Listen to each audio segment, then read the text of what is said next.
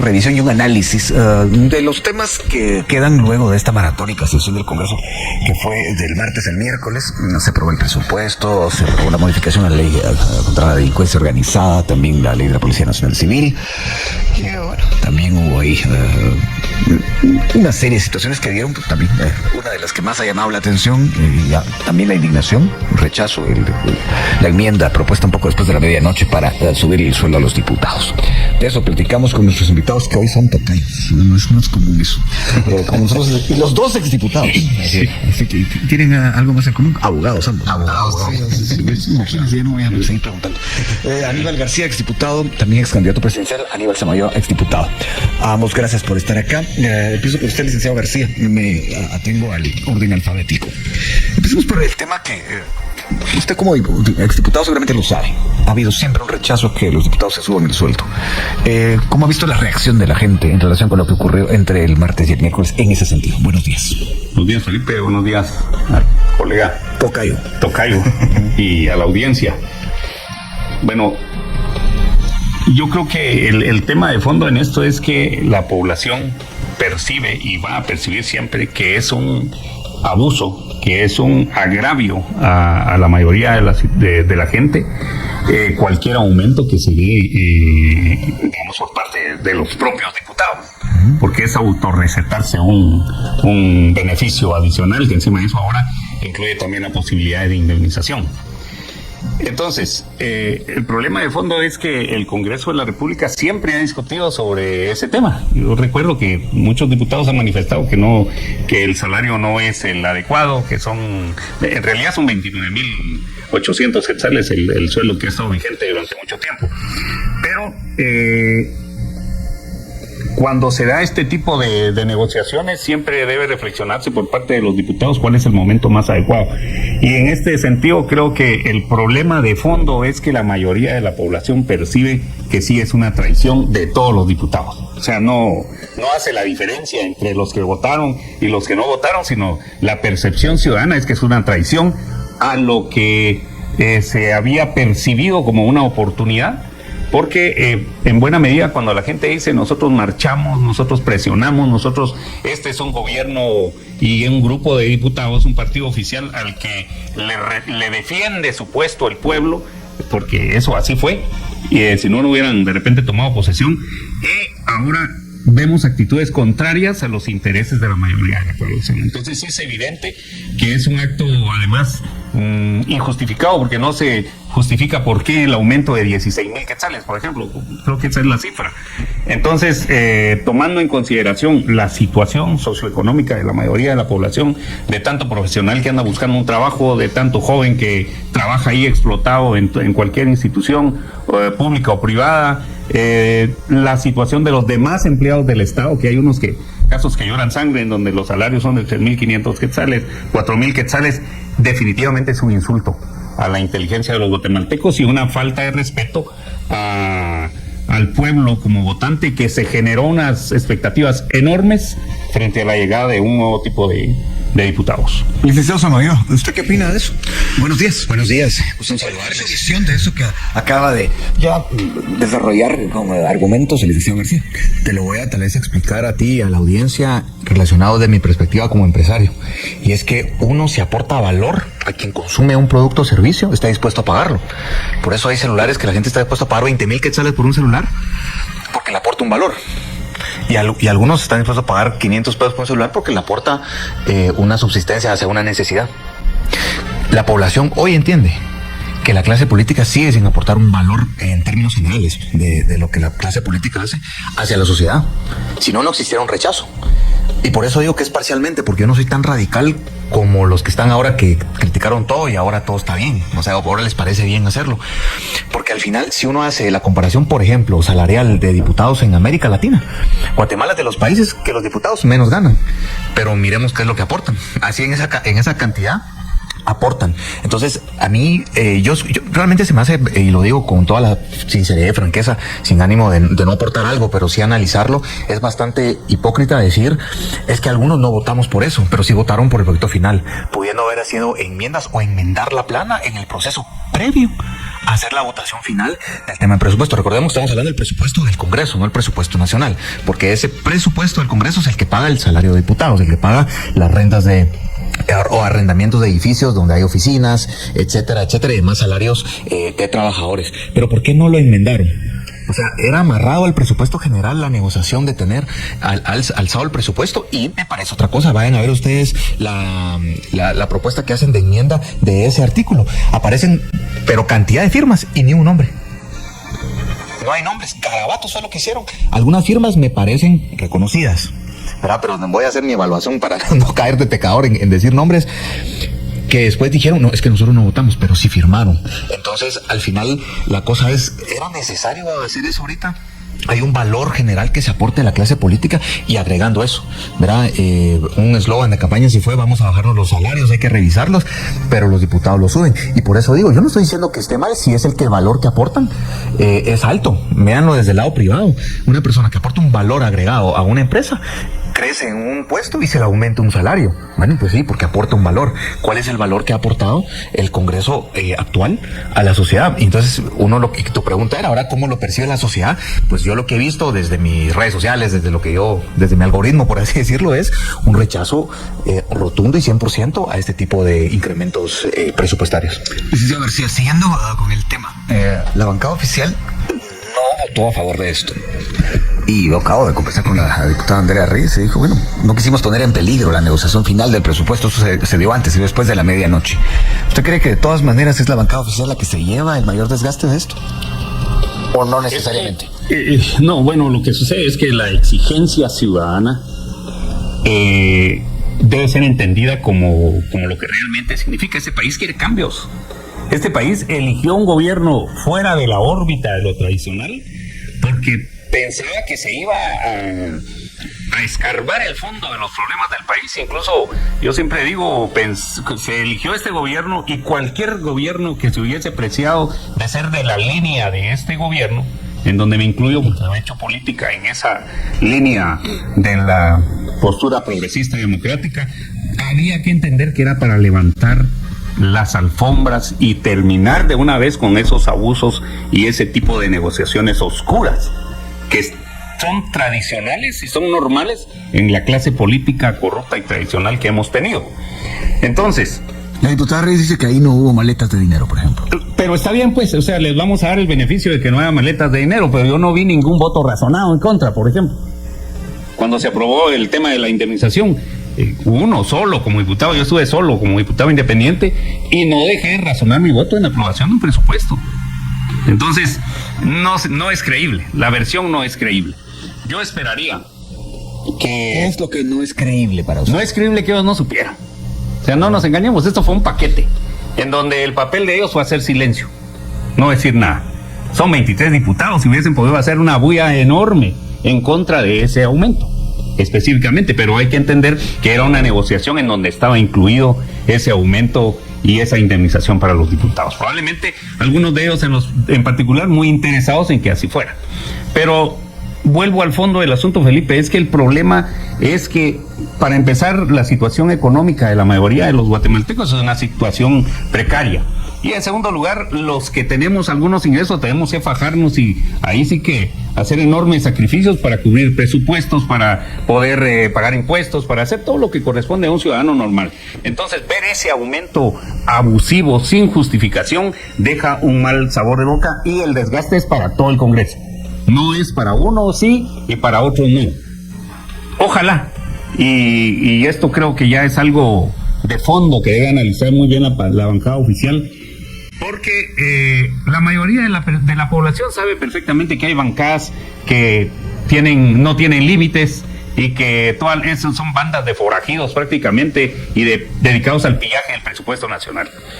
Ojalá esto que ha hecho Semilla de negociar con este tipo de diputados e incluso ceder en pretensiones como estas del aumento salarial no signifique que ellos ya se están convirtiendo también en parte de esa clase política corrupta y tradicional que tanto se ha criticado. Volveremos a ese tema, licenciado Samayoa. También ayer se supo que el presidente del Congreso, Nelly Ramos, había mandado a hacer un análisis jurídico de esto. ¿Qué puede salir de ello? Digo, análisis jurídico de esta enmienda que autoriza la readecuación de salarios en el Congreso. Bueno, que los diputados, el Congreso siempre ha tenido presupuesto y si lo preguntamos de manera objetiva, lo que hoy tiene el Congreso puede soportar en presupuesto ese aumento. O sea, en términos dinerarios no es problema para el Congreso. Además, pudieron haberse aumentado el triple de salario y aún así el presupuesto actual del Congreso lo puede soportar. ¿Qué va a salir? Obviamente, es que, a ver, el presidente del Congreso pide el análisis jurídico. El presidente del Congreso le pasa en la nariz el aumento salarial y tampoco es uno que se opone. ¿Cómo dijo? El Pleno es un órgano soberano y decía, o sea, inconsciente no estaba lo que estaba pasando, porque después sus declaraciones fueron: respetamos a los 88 diputados que votaron a favor. Estoy de acuerdo en esa línea, pero que salga que hacer un análisis jurídico. ¿Por qué no pusieron y por qué no enmendaron la plana antes de la aprobación?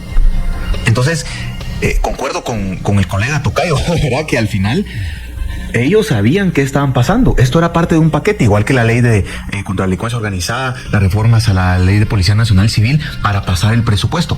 Porque si analizamos, yo estuve despierto y no me lo están preguntando, aunque no me lo crean, desde las 4 de la tarde prendí una transmisión hasta las 5:30 de la mañana del día siguiente. No peleé ojo, porque dije, vamos a seguirle el tema. Cuando una diputada de Vamos presentó una moción privilegiada para que se conociera de urgencia nacional el presupuesto, la votaron en contra. Y de ahí empezaron a votar ley de delincuencia organizada, PNC, y luego presentaron una moción para conocer el presupuesto de urgencia nacional, y eso así pasó. Y entonces empezó a conocer el presupuesto en urgencia en una sola lectura, pues. ¿Qué quiere decir eso? Que había un pacto previo de apóyenme con esto y yo los apoyo con lo que ustedes pidan, incluyendo un aumento salarial que beneficia, por supuesto, a los que andan diciendo, no, yo no voté a favor.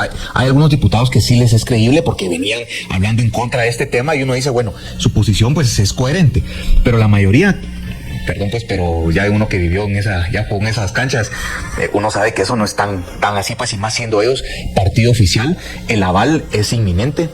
Viendo a Samuel Pérez, por ejemplo, al lado del presidente del Congreso, casi toda la sesión sentado, a la par ahí, pues, hablándole al oído. Pues, ¿qué le estaba contando? ¿Las novedades de la Champions League o qué le estará contando? No creo, pues. Entonces son temas que si se analizan o hilamos un poquito fino, nos damos cuenta que eran negociaciones habitualmente que se dan dentro del Congreso, algunas sobre la mesa, otras bajo la mesa. Tampoco voy a yo decir que fue bajo la mesa o sobre la mesa, pero digo, al final son cosas muy, muy evidentes, que ese aumento salarial, pues al final no gusta a la población, o sea, no le deja un sabor de boca, e insisto, mi comentario principal, tal vez no se percibe una devolución de valor agregado realmente a la sociedad, y por eso el aumento, pues no gusta, pues. Momento de pausa, serie de aprobaciones, modificaciones, entre ellas la del presupuesto y también la que estamos hoy analizando, especialmente la de la readecuación salarial para los diputados. De esto platicamos con dos colegas, dos exdiputados y dos tocayos, Aníbal García y Aníbal Samayoa. Ya hemos hecho el análisis inicial, aterricemos ya en asuntos más concretos. Hay dudas respecto de si este aumento traerá consigo, por ejemplo, que ya no tengan seguro médico los diputados. ¿Usted tiene alguna idea de qué va a pasar con eso, licenciado García? Los privilegios extra, digamos. Bueno, en ese sentido hay que recordar que, digamos, desde la legislatura pasada, por lo menos el partido oficial se apartó de ese tipo de privilegios. Sin embargo, Eso antes de ser partido oficial. Deberían de revisar todo esto, porque por el momento no está claro qué va a pasar con esa situación. Yo lo que creo es de que ellos tienen ahorita en sus manos tres cosas fundamentales. Lo primero es que de verdad se pongan a trabajar y que de verdad le entren a las reformas profundas que la sociedad demanda. Felipe, ¿qué garantía tenemos los guatemaltecos de que en el próximo proceso electoral se van a elegir mejores diputados?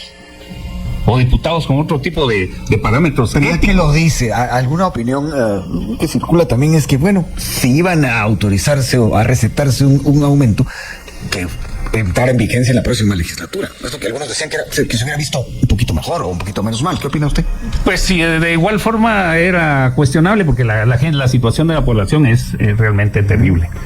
Pero probablemente hubiera sido más digerible para la mayoría de la población. Pero yo a lo que voy es un poco en las palabras del colega exdiputado y tocayo acerca del valor de lo que aporta el trabajo del diputado. Yo voy al fondo.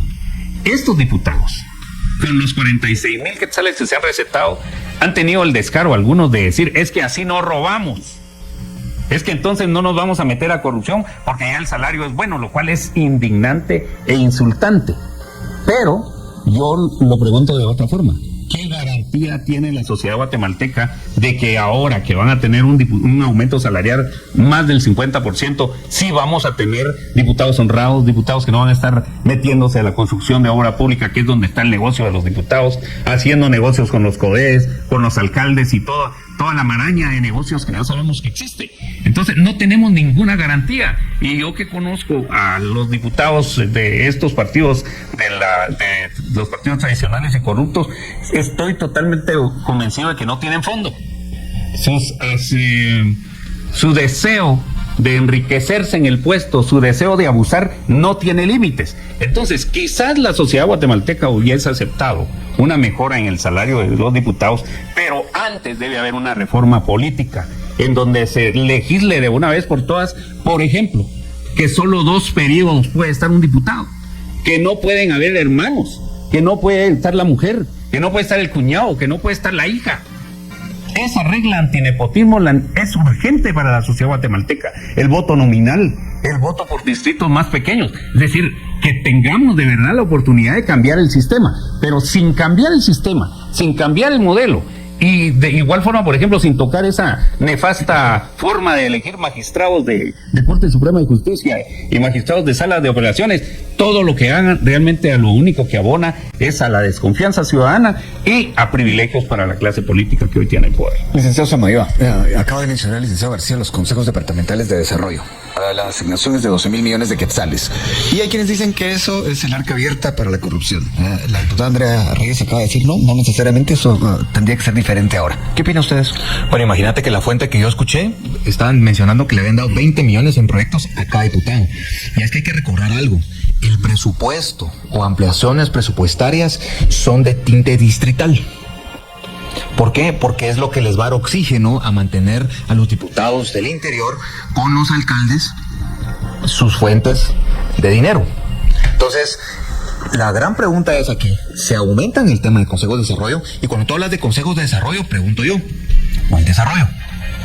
Cuando vas y viajas al país, bueno, hemos visto progreso, pero es porque el sector privado ha metido la mano en desarrollar ciertas cosas a su título personal, digamos. Pero el Estado como tal, ¿dónde está? Si tú ves y desglosas ya el análisis presupuestario que existe para el tema de consejos de desarrollo, te vas a dar cuenta que hay rubros que establecen para áreas desarrolladas, para áreas medianamente desarrolladas, y hay rubros que es para temas de pobreza. Los rubros de pobreza son los que más alto presupuesto tienen. En una lógica uno diría, pues sí tiene sentido, porque obviamente hay que desarrollar la parte pobre del país. Siempre y cuando técnicamente esté justificado, planificado y que se ejecute donde debe ser. Correcto, va. Pero aquí viene el detalle. ¿Cuál es el nicho poblacional que los políticos más les gusta mantener? Es la pobreza. Y entonces ellos entienden y lo entienden al revés. O sea, la lógica es correcta y es buena, con buen sentido, digamos, de cómo se desarrolla la ejecución presupuestaria en ese tipo de consejos, pero el político lo entiende al revés. Aumentemos la tasa de pobreza, porque así tenemos más presupuesto asignado para ese rubro. Porque para los rubros de desarrollo y mediano desarrollo no hay mucha plata. ¿Dónde está el dinero entonces? Para la gente pobre. Entonces allí es donde empieza el acto de corrupción. Esto no se habla, no se dice, no se analiza, pero es una realidad que vive realmente el país. Y entonces el tema puede ser el aumento salarial, que ya lo hemos profundizado, y aquí entran hasta matices de ver si tienen administración, entonces ya no son funcionarios, son empleados. Porque tienen administración, entonces pidámoslo mañana, son empleados, pues porque se podría. Pero realmente la profundidad que existe en la solución de problemas nacionales que van destinados al Consejo de Desarrollos, ¿quién los maneja? Ahí están los gobernadores incluidos en esta fórmula. Y ellos son una variable. Entonces, ahí la pregunta, agarremos a los gobernadores y a ver, ¿dónde está ese desarrollo? Solo me detengo un momento antes de seguir con el licenciado García. Usted mencionó algo que también ya el licenciado García había puesto sobre la mesa. Esto de la indemnización no va a ser barato para el país. No es barato. Y aquí viene la gran discusión. El salario base son 9,500, creo yo. La pregunta es, según las normas internacionales del derecho del trabajo y lo que existe, ahora todo lo que comprende lo que yo percibo se puede entender como un salario. No sé, ¿verdad? Es correcto. Entonces quiere decir que los 46,000 va a ser la base de pagado. Entonces hay diputados que llevan más de 20 años.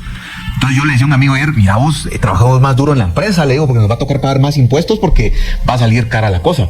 Es decir, y mi punto es, entonces si tienen indemnización, que ahí viene un punto de análisis, entonces ya son trabajadores, no son funcionarios. Ahora, ¿la indemnización no tendría que ser a partir del momento en que esto fue aprobado? ¿Qué dice? No, desde el punto de vista legal no. La indemnización es una contraprestación por un servicio prestado. Los matices de si hay o no relación laboral son cuestionables. Sin embargo, quiero comentarte, Felipe, que muchos exdiputados están peleando en los tribunales laborales indemnización. Así es. Igual para mí me parece una ofensa y es un descaro. Ahí está la lista. Ojalá la prensa fuera a investigar quiénes quieren que se les pague indemnización. Yo salí del Congreso y jamás se me ocurrió. Y eso que conozco perfectamente el derecho laboral. Y en este caso, ¿tendrían algún tipo de asidero legal para poder reclamar una indemnización estos diputados de los que usted habla? Lamentablemente podría ser que pudieran tener algún éxito. Podría ser. Sin embargo, bueno, dejemos la resolución. O sea, que hay un problema con la ley. No es exactamente el problema. ¿Cuál es el problema? Lo que pasa es de que la ley toda la ley es general y abstracta. Debería ser general y abstracta. Yo no puedo legislar indemnización para diputados, indemnización para trabajadores de amas de casa, o de servicio doméstico. No, la indemnización de derecho, como todas las leyes, tiene que ser generales y abstractas, no tienen que tener dedicatoria. Lo cuestionable acá es si en el cargo de diputado, donde jamás va a haber un despido, sino que lo que se concluye es el periodo, puede haber una indemnización, porque se está concluyendo el periodo. Pero resulta que los magistrados de la Corte de Constitucionalidad y de la Corte Suprema de Justicia, que también tiene periodo fijo, sí tienen indemnización. Entonces, más allá de la discusión de carácter estrictamente laboral, Felipe, el tema es de que no puede, esta norma sí se aprueba. Imagínate diputados que tienen 20 años o 24, sí, creo yo, que no han hecho nada nunca. Pero les vamos a tener que pagar indemnización. Bueno, eso añade un poco de sazón al plato, ¿no? Claro. Para muchos. Y solo te doy un detalle. El diputado, porque pueda acogerse, digamos, de una ley laboral, es porque nosotros, de alguna manera, cuando tú entras, pertenecemos a reglón 011. Pero es un 011 muy especial, que está sujeto a no reelección. ¿Va? Si yo no soy reelecto, salgo. Entonces, yo lo vi en el contrato cuando yo empecé, digamos, dije, está raro esto, porque un 011 regularmente es la característica natural de un reglón 011, es la permanencia. Entonces, el diputado es un 011 medio especial ahí. Entonces puede decir, mire, yo estaba en un reglón. Entonces yo era trabajador. O sea, puede tomar a gusto la medida y el derecho laboral, que es tan bondadoso como su principio principal, indubio pro operario. Ahí es donde existe el abuso, digamos, y es cierto. Hay un listado ahí de diputados que andan pidiendo su indemnización de periodos anteriores, que probablemente la ganen vista de la perspectiva del derecho laboral, más no desde el derecho, desde un servicio civil, desde una... ¿Y esta modificación nos podría ayudar? Pues claro, porque ahorita si la ley ya como establece y se le tienen que pagar periodo de tiempo, o sea, no hay de dónde va a agarrar un juez y que no diga, pues mire, se le está solicitando una indemnización, se le asiste el derecho, está en ley. Se le puede pagar. Entonces, ahí está, por eso lo que yo digo. Si uno va a ser diputado, mira, no importa la carrera que tú tengas, pero estudia la ley, porque ese es tu trabajo. Si yo quiero ser cardiólogo, mínimamente tengo que usar medicina, pues, y algo al corazón, porque si no, ingeniero civil no pudiera operar a alguien del corazón, pues. Entonces, lo que los diputados digan, que alegan ignorancia de la ley, siendo los padres de la ley, los creadores de la ley, los artífices de esto, ahí sí me entra a mí una duda sustancial de que no digan, nos agarraron de sorpresa y de mala fe, que iba un aumento salarial para nosotros, pues, ¿me entiendes? Bueno, había quienes estaban incluso poniendo sobre la mesa la duda de si esto no iba a alcanzar a los asesores de los diputados, pero imagino que no. No, entiendo que no, ¿verdad? No, yo creo que ahí hay un poco de exceso en el análisis, obviamente generado por esta acción inapropiada y cuestionable desde cualquier punto de vista. Yo creo que hay algo que hay que rescatar. La realidad es que también Semilla está en un ambiente en donde debe negociar. O sea, no cabe duda de que ahí hay negociaciones políticas y los políticos negocian política. Hay quienes ven como un éxito de la bancada lo que ocurrió entre el martes y el miércoles. Es correcto, por eso, si miramos, por ejemplo, la reforma a la ley en contra de la delincuencia organizada, diríamos que es aceptable, porque es un mecanismo para que el partido pueda tener posibilidades de seguir vigente y dejar en manos del Tribunal Supremo Electoral, que es al que le corresponde, el tema de la disolución o cancelación de un partido. Vamos, a la larga esto está bien. La reforma a la ley de la policía también. La ex magistrada suplente, Anaeli López Oliva, suplente del TSE, decía que lo que había ocurrido ahí es que alguien se había retorcido la ley y tener que hacer una modificación porque se retorció la ley. también habla mucho de qué país. Por es el supuesto, que porque estamos. esta es de todos modos, no deja de ser una reforma casuística, una reforma con dedicatoria, pero ojo, ahí la mayoría apoyaron. Y apoyaron también porque saben de qué pata cojean. Precisamente eso decía la diputada Andrea Reyes, que se les puso como en autos de qué podía ocurrirle a ellos, o sea, a los otros partidos. Claro, y entonces, el tema del presupuesto, de igual forma.